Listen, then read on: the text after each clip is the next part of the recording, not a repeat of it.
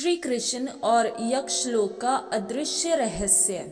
नमस्कार प्रिय दर्शकों, आप सभी का स्वागत है हमारे YouTube चैनल धार्मिक स्टोरीज में, जिनमें हम ना केवल आपके लिए कुछ धार्मिक और रहस्यमय कथाएं लाते हैं, बल्कि कुछ अद्भुत कहानियां भी लाते हैं, जिन्हें सुनकर न केवल आपके मन को बल्कि आपकी आत्मा को भी संतुष्टि प्रदान होती है।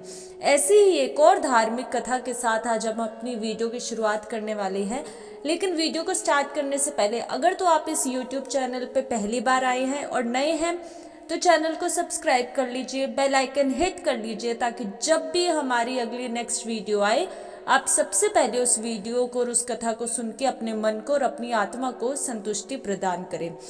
कहा जाता है कि जब भी हम किसी कथा को स्टार्ट करते हैं, बोलते हैं या सुनते हैं, हमें उसे पूरा आखिरी तक, एंड तक सुनना चाहिए, नहीं तो हम पाप के भागीदार बन सकते हैं। तो मैं आप सभी से ये आशा करूंगी कि आज की इस रहस्यमयी कथा, जो कि बहुत ही कम लोग जिसके बारे में जानते हैं, उसको पूरा आखिरी तक सुनेंगे और पाप के भागीदार बिल्कुल भी नहीं बनेंगे। कमेंट सेक्शन में हर हर महादेव और ओम नमो भगवते वासुदेवाय नमः जरूर लिखिएगा।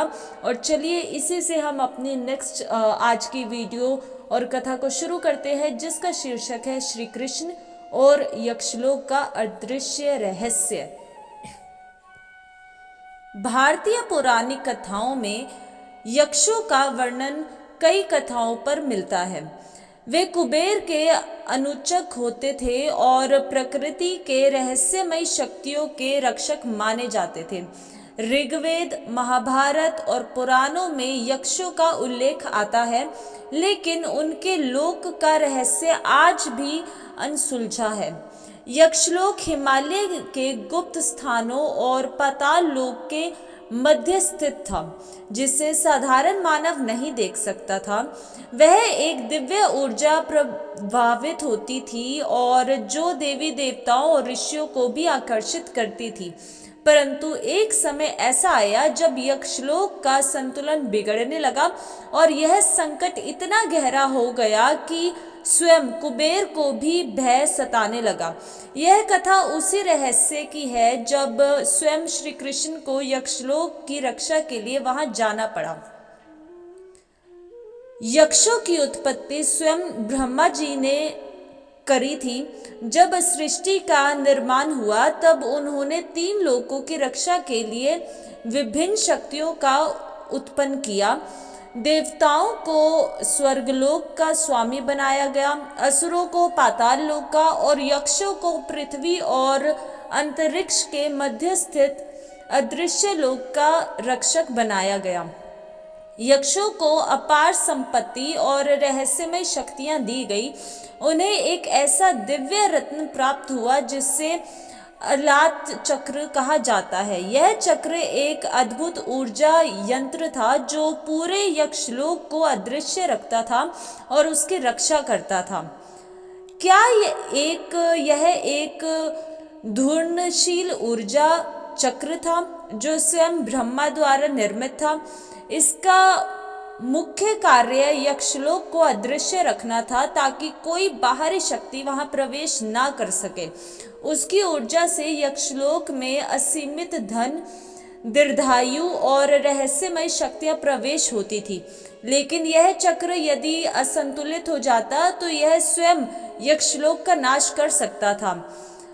कालांतर में यक्षों के कुछ गुप्त राक्षसों ने इस चक्र की ऊर्जा से छेड़छाड़ करने की कोशिश की। वे इतने मध्यम से देवताओं और ऋषियों से भी अधिक शक्तिशाली बनना चाहते थे। इसी कारण चक्र का संतुलन बिगड़ने लगा और धीरे धीरे यक्षलोक में अजीब घटनाएं होनी शुरू हो गई। जब अलात चक्र की ऊर्जा असंतुलित हो गई तो इसका प्रभाव पूरे यक्षलोक पर पड़ने लगा। वहां के पर्वत हिलने लगे, आकाश में अंधकार छा गया और कई यक्ष रहस्यमय रूप से लुप्त होने लगे। यक्षराज कुबेर चिंतित हो उठे। वे स्वयं गए कि यदि अलात चक्र को संतुलित नहीं किया गया तो संपूर्ण यक्षलोक का अस्तित्व समाप्त हो सकता है। उन्होंने कई ऋषियों और देवताओं से सहायता मांगी, लेकिन कोई इस रहस्य को नहीं हिला सकता था। अंततः कुबेर ने अपनी योग शक्ति से श्री कृष्ण का स्मरण किया। उन्होंने एक दिव्य छाया मूर्ति के रूप में द्वारका में श्री कृष्ण के सामने प्रकट हुए। हे माधव, यक्षलोक संकट में है। एक प्राचीन शक्ति हमारे लोक को नष्ट करने पर तुली है। केवल आप ही इसे रोक सकते हैं। श्री कृष्ण मुस्कुराए और बोले, यक्षों का यह गुप्त संकट क्या है कुबेर, इसे विस्तार में बताओ। कुबेर ने पूरी घटना बताई और श्री कृष्ण समझ गए कि यह केवल एक ऊर्जा असंतुलन का मामला नहीं था। इसमें कई गहरी रहस्यमय शक्तियां भी कार्य कर रही थी। उन्होंने तुरंत ही अपनी योग शक्ति से यक्षलोक की ओर प्रस्थान किया। जब श्री कृष्ण यक्षलोक पहुंचे तो उन्होंने एक अजीब एहसास हुआ। पूरा यक्षलोक एक अदृश्य आवरण में ढका हुआ था। वहां की नदियां काली पड़ चुकी थी, पर्वत कांप रहे थे और आकाश में रहस्यमयी तरंगे प्रभावित हो रही थी। यक्षराज कुबेर ने कहा, हे केशव, यह सब अलात चक्र के कारण हो रहा है। यदि इसे शीघ्र संतुलित नहीं किया गया तो यक्षलोक का अस्तित्व समाप्त हो जाएगा। श्री कृष्ण ने ध्यान लगाया और अपनी दिव्य दृष्टि से अलात चक्र को देखा।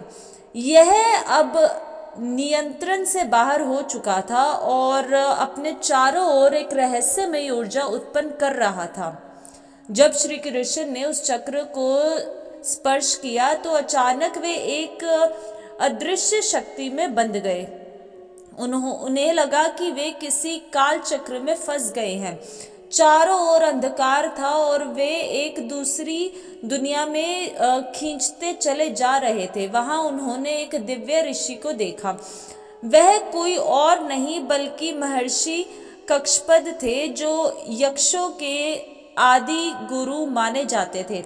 महर्षि बोले, गोविंद, तुमने अलात चक्र को स्पर्श कर दिया है, जिसका अर्थ है कि तुमने ब्रह्मांड में एक छिपे हुए रहस्य को जागृत कर दिया है। अब केवल तुम ही इसे संतुलित कर सकते हो। श्री कृष्ण ने पूछा, कैसे? महर्षि ने उत्तर दिया, इस चक्र को 3 तत्वों से संतुलित करना होगा, ध्यान, ऊर्जा और संकल्प। यदि